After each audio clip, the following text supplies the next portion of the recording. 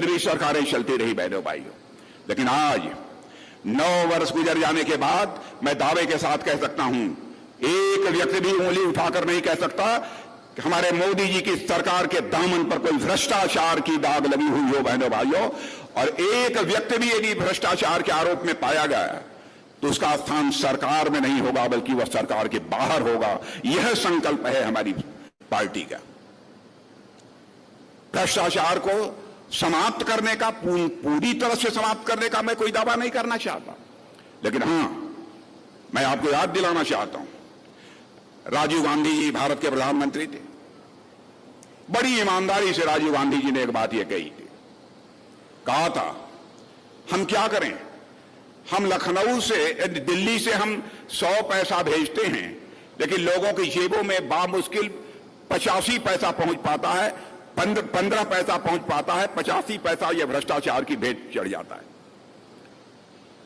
यह कहकर उन्होंने अपनी लाचारी व्यक्त की थी। भारत के प्रधानमंत्री थे, लेकिन आपने देखा कि प्रधानमंत्री बनने के बाद हमारे मोदी जी ने क्या करिश्माई काम किया। सरकार 2014 में बनने के बाद जब पहली बैठक उन्होंने ली थी, उस बैठक में मेरे बहनों भाइयों, उनके साथ इस देश का गृह मंत्री होने के नाते मैं भी मौजूद था। वह हर व्यक्ति का बैंक में खाता खोलने की बात लोग कर रहे थे सारे अधिकारियों से कि हर व्यक्ति का बैंक में खाता खुलना चाहिए। मैंने उनसे पूछा कि यह बताइए, हर व्यक्ति का बैंकों में खाता खोलकर आप करेंगे क्या? तो उन्होंने कहा कि राजनाथ जी देखिएगा, यह समय बतलाएगा कि जो मैं बैंकों में खाता खोल रहा हूं वह उसका करिश्मा क्या होगा। लेकिन बहनों भाइयों, वह बाद में मैंने देखा।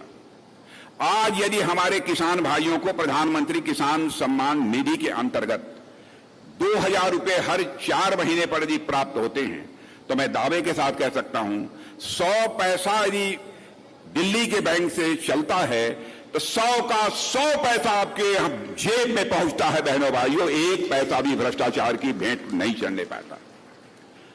हमारे कहने का मतलब यह है कि भ्रष्टाचार को यदि हम दूर करना चाहते हैं तो भ्रष्टाचार भाषण देकर समाप्त नहीं किया जा सकता है। भ्रष्टाचार को यदि हमको समाप्त करना है तो हमको सिस्टम में बदलाव लाना पड़ेगा, तब जाकर हम भ्रष्टाचार पर अंकुश पा पाएंगे।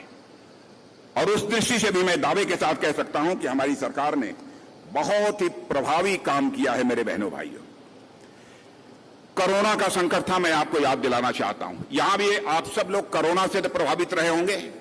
इसमें बहुत सारे लोग कोरोना से प्रभावित थे कि नहीं? कोरोना से या कितने लोग प्रभावित थे? जरा हाथ उठाइए तो। कोरोना से कितने लोग प्रभावित थे? इधर के लोग कोविड, कोरोना, काफी लोग प्रभावित थे।